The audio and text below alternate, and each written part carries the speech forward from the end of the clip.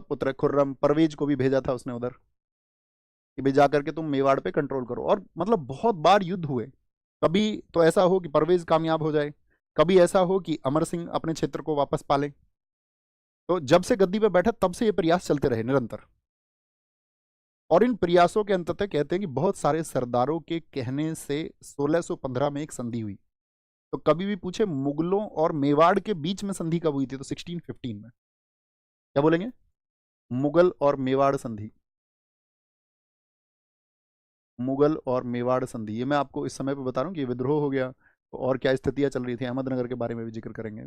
मेवाड़ संधि ये 1615 में हुई, लेकिन ये गौरवपूर्ण संधि है, बहुत गौरवपूर्ण संधि, क्योंकि यहाँ पे अमर सिंह जी ने ये कहा कि एक तो हम मुगलों से विवाह संबंध स्थापित नहीं करेंगे,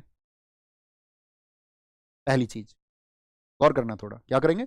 मुगलों से विवाह संबंध स्थापित नहीं करेंगे। दूसरा, यहाँ पे इन्होंने, जहांगीर ने ये सोचा था कि ये आकर के आपका आगरा दरबार में आएंगे, आपका अमर सिंह, उन्होंने कहा नहीं मैं नहीं आऊंगा, मेरा पुत्र आ जाएगा कर्ण, लेकिन मेरे पुत्र कर्ण को सम्मान दिया जाएगा। तो जहांगीर ने अपने दाईं तरफ बिठाया, दाहिनी तरफ का सिंहासन दिया, यानी कि जब कभी भी सभा होगी और करण सिंह जो अमर सिंह के पुत्र वो आएंगे तो दाहिनी तरफ बैठेंगे। थर्ड वन, जो चित्तौड़ जिसके लिए इतने समय से संघर्ष चल रहा था, वो चित्तौड़ वापस सौंप दिया गया अमर सिंह जी कि भाई साहब आपकी ये जो आपका क्षेत्र है ये आपको दिया जाता है।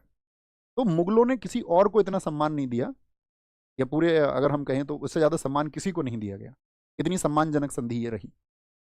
ये वापस क्षेत्र दिया गया सारा सम्मानपूर्ण, और चित्तौड़गढ़ का किला दिया गया। हाँ, एक छोटी चीज और कही गई कि चित्तौड़गढ़ के किले को सुदृढ़ नहीं करोगे आप, यानी ऐसा नहीं होगा कल को मजबूत करके वापस फिर हम पे युद्ध कर दो। हम दोस्ती का हाथ बढ़ा रहे हैं और उस दोस्ती के हाथ में हम तुमको ज्यादा सम्मान दे रहे हैं। अब जब ज्यादा सम्मान मिल रहा है और कोई नुकसान भी नहीं है तो ठीक है। तो इस तरह से वो संधि आपका हस्ताक्षरित हुई थी 1615 में। एक इसके समय पे आपका अहमदनगर, थोड़े समय बाद अहमदनगर से संधि हुई। अहमदनगर से संधि, अहमदनगर से संधि वो हुई कब? आपका 1617 में, 1617 में।